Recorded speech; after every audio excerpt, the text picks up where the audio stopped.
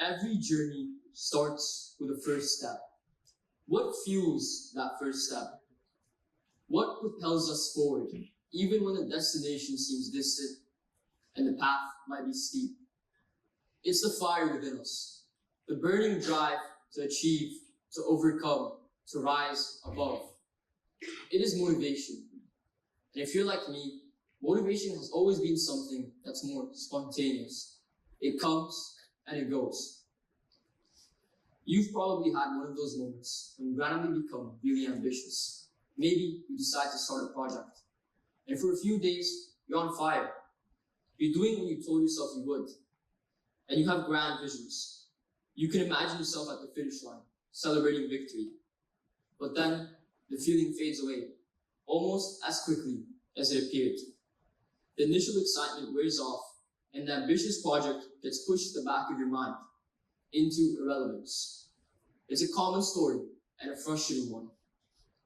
Well, today, we're going to teach you how to properly motivate yourself to make that motivation last. The first thing you need to know is that there's two main types of motivation: intrinsic and extrinsic motivation. Intrinsic motivation is when you do something without any clear or imminent reward. When was the last time you did something just because you felt like it? Did you paint a picture, read a book, or play an instrument? When you indulge in things for enjoyment, that means you're intrinsically motivated to do them.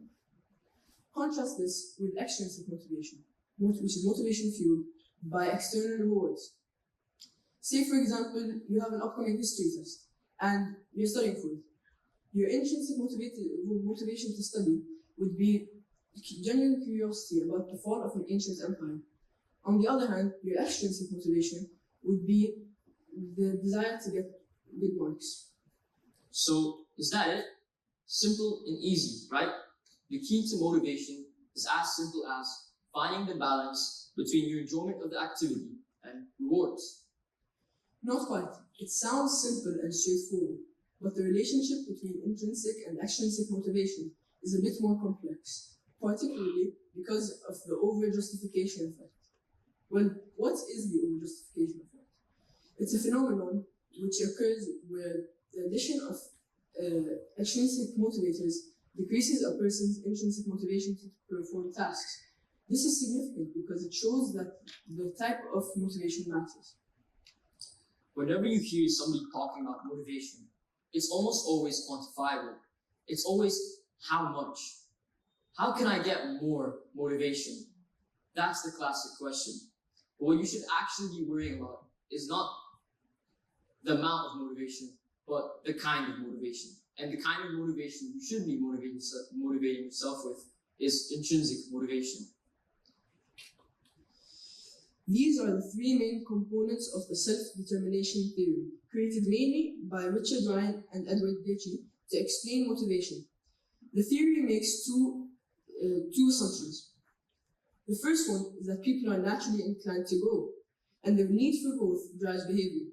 We thrive on mastering challenges and embracing new experiences, and it's through these journeys that we build a strong and unified sense of self. The second assumption is that autonomous motivation is more important than controlled motivation. Autonomous motivation encompasses what you're doing when you're feeling a full sense of willingness and choice. Autonomous motivation is most of the time intrinsic. The opposite is controlled motivation, which is when you do something because you're feeling pressured or obliged to do it. The theory basically says that to achieve psychological growth and become self-determined, or by extension intrinsically motivated, we need to fulfill three psychological needs: autonomy, competence, and relatedness.